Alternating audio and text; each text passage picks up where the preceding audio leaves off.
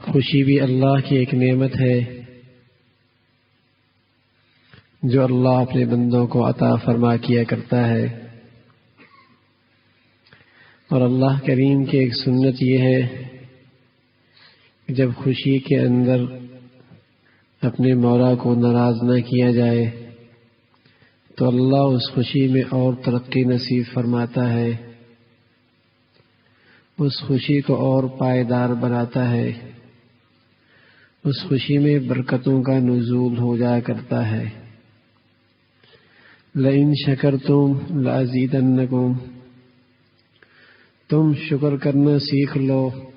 تو سمجھو کہ تم نے اللہ کی طرف سے نعمتوں کا دروازہ اپنے حق میں کھلوا لیا ہے۔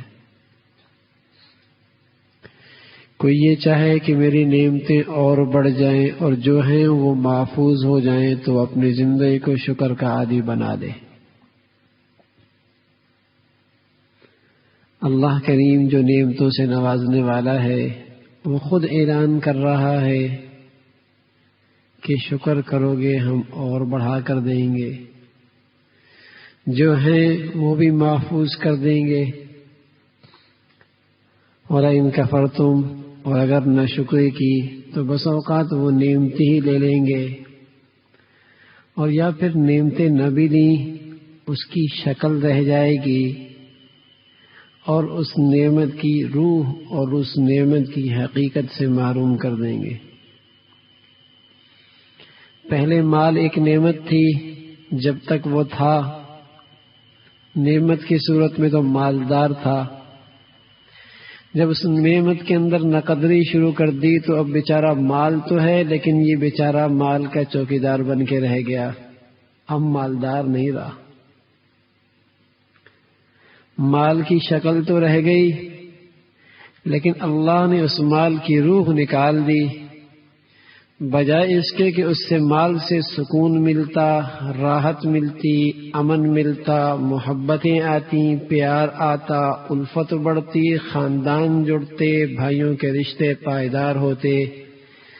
میاں بیوی میں اعتماد کی فضا اور بڑھتی۔ مال اب بھی ہے، شکلاً دیکھنے میں لوگ اسے مالدار کہہ رہے ہیں لیکن حقیقت میں اب بیچارہ مال کا چوکیدار ہو گیا۔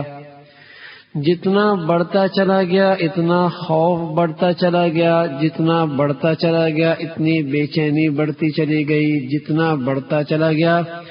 اتنی بے سکونی بڑھتی چلی گئی، جتنا بڑھتا چلا گیا بھائیوں کے رشتے ختم ہو گئے، جتنا بڑھتا چلا گیا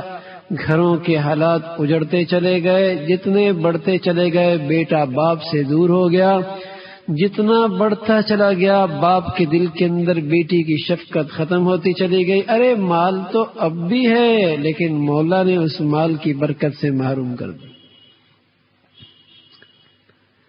تو جب نعمت کی ناشکری ہوتی ہے تو بس اوقات اللہ وہ نعمت سرے سے لے لیتا ہے، اور اگر نہ بھی لے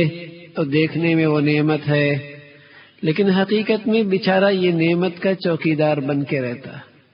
نوکر بن کے رہتا ہے۔ اولاد ہے، لوگ کہتے ہیں بیٹے والا ہے، لیکن اس کا حال یہ کہتا ہے کبھی گھبرا کر نہیں ہوتا تو اچھا ہوتا۔